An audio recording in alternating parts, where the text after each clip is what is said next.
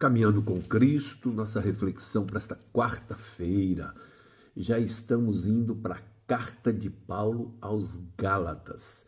E como nós estamos iniciando hoje essa carta aos Gálatas, vamos fazer aqui uma contextualização muito rápida, obviamente, mas só para você se situar, né? O livro de Gálatas é uma carta endereçada às igrejas da Galácia. Entretanto, não se tem confirmada a localização dessas igrejas. Se ao sul, como as cidades de Derbe, Listra, Antioquia, Icônio, né? Ou se ao norte, como nas cidades de Távion, Pessino e Ancira. Tais suposições originaram dois nomes, Galácia do Sul e Galácia do Norte. Por volta do ano 278 a.C., a Ásia Menor foi invadida pelas tribos dos galos, de onde procedeu o nome Galácia, que se estabeleceram, essa tribo, né, ao norte do que se tornou a cidade da Galácia do Império Romano no ano 25 a.C., né? A autoria é de Paulo, não tem todas as evidências para isso, né? Em especial, a evidência textual é completamente convincente e concordante com o caráter de Paulo descrito nas demais cartas atribuídas a ele, tá certo? Então, é uma questão literária, porque todas as cartas, né, esses escritores foram inspirados por Deus, né, tá? Mas tem a redação própria, né, o texto próprio, né?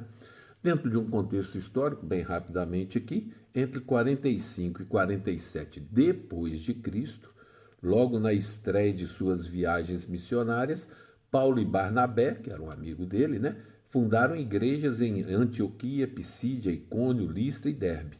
Depois seguiram para Jerusalém com uma indagação acerca da imposição das práticas cerimoniais judaicas aplicada aos recém-conversos ao cristianismo. Assim, foi conclamado o primeiro concílio em Jerusalém, que ocorreu por volta do ano de 49 depois de Cristo, onde se votou contra a imposição de tais ritos aos que não eram judeus, né? Então, estava havendo uma mistura muito grande ali, judaísmo com cristianismo, né? E eles então votaram, olha, é cristianismo, né? Assim foi conclamado o primeiro concílio em Jerusalém, tá? É isso que aconteceu.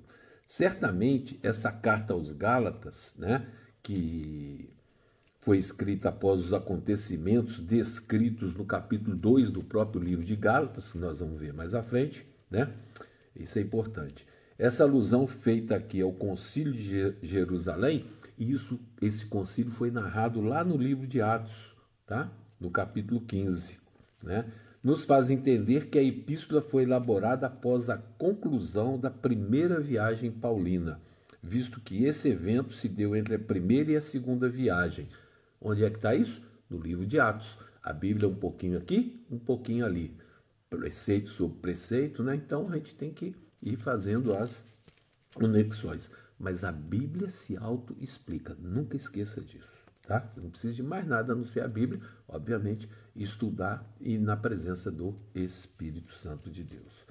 Ainda assim, concomitantemente, o verso 13 do capítulo 4 do livro de Gálatas demonstra que o apóstolo já havia estado com as igrejas da Galácia por 2 vezes, o que nos faz concluir que, se assim fora, a carta só poderia ter sido escrita ao término da segunda viagem de Paulo. Entretanto, ao considerar a teoria da Galácia do Norte, essa epístola só pode ter sido elaborada ao fim da terceira viagem, porque Paulo não havia visitado as igrejas ao norte na primeira viagem, não consta isso. Podendo ter escrito essa carta no inverno, entre dezembro e fevereiro de 57 depois de Cristo. Amém? Então, esse é o contexto da história. Você observa que Paulo viajava, né? Paulo pregava, levava o evangelho a todos os cantos, né? Então, primeira viagem, segunda viagem, tudo mais, e isso é muito interessante. E nós hoje, o que fazemos para levar o evangelho a pessoas? À sombra de nossas portas, tem pessoas que não conhecem a Cristo. Pode ter certeza disso. À sombra de nossa porta, tem pessoas que não conhecem a Cristo.